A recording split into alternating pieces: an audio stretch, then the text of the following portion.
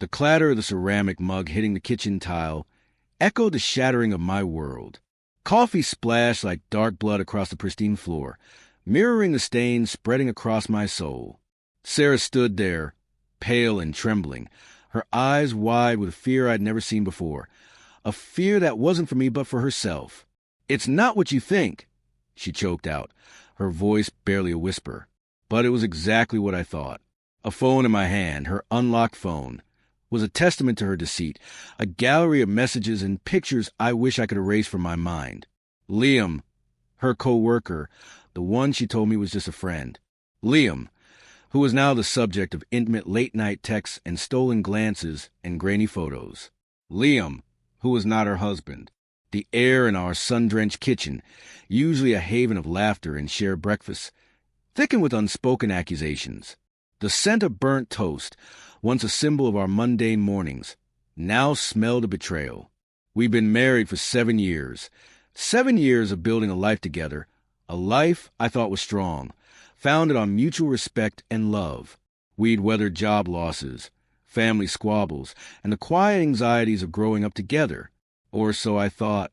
Now, I was staring at a stranger, a woman I no longer recognized. "How could you?" I finally managed, my voice raw with a pain that felt physical. "How could you do this to us?" She didn't answer. Instead, she burst into tears, a deluge of guilt and self-pity. "It just happened," she sobbed, clutching at my arm, her touch now feeling like a brand. "I'm so sorry. It was a mistake. Please, you have to believe me." I pulled away, the urge to recoil from her touch overwhelming. A mistake? Was the first kiss a mistake? The second? The nights you stayed late at work? All just mistakes. Each word was a shard of glass, cutting deep in the last. She pleaded. She begged.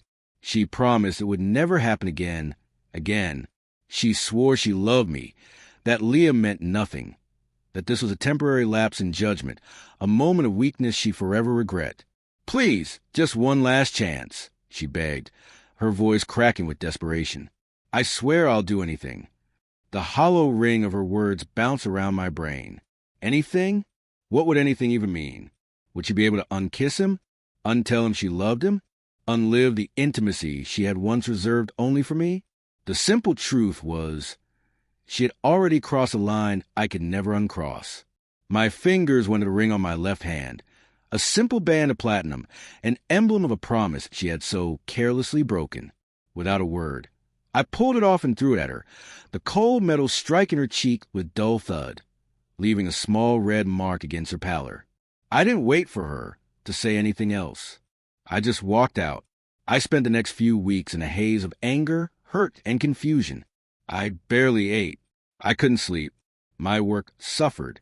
The only thing that kept me tethered to reality was the growing realization that I couldn't allow Sarah's actions to define the rest of my life.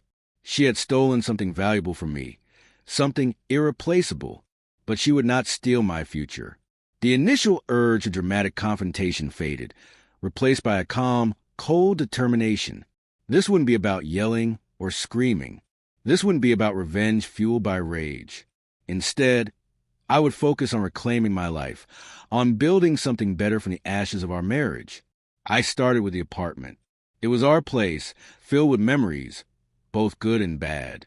I contacted a realtor, a sharp, no-nonsense woman named Eleanor, and we began the process of selling. The first offer came in higher than I expected, and I accepted, a small victory in a sea of defeat. Next, I hired a lawyer, not to drag Sarah through the mud, but to ensure the divorce was swift and clean. I didn't want a messy court battle. I just wanted out. I wanted to sever all ties, to start anew. I moved into a small, minimalist apartment in a completely different part of the city. I furnished it simply, choosing pieces that resonated with my new perspective, items that didn't carry the weight of our shared past. It was smaller, quieter, but it was mine. One evening, I was scrolling through social media when I saw it, a picture of Sarah and Liam beaming at each other, their hands intertwined, a blatant, unapologetic display of their newfound relationship. A surge of anger, familiar and unwanted, pulsed through me. but it quickly dissipated. I realized, with a clarity that surprised me, that I was no longer hurt. I was simply indifferent. The real turning point, the moment that truly felt like revenge, came a few months later. I had been working late, a common occurrence in my new life, when my phone rang. It was Sarah. Her voice was hesitant, almost timid. "Hey," she started, her usual bubbly tone replaced by a flat monotone. "I was just wondering how you were doing." "I'm fine," I replied, keeping my tone neutral. "Right. Well, about the divorce, I need your signature on some papers." "Send them over." "I'll sign," I said, ready to end the call. There's something else," she continued, her voice barely audible. "Liam, he left." My hand tightened around the phone, but I didn't allow myself to gloat. "Left?" I asked simply. He said it was too complicated. He didn't want a relationship that started with infidelity. He said he couldn't trust me.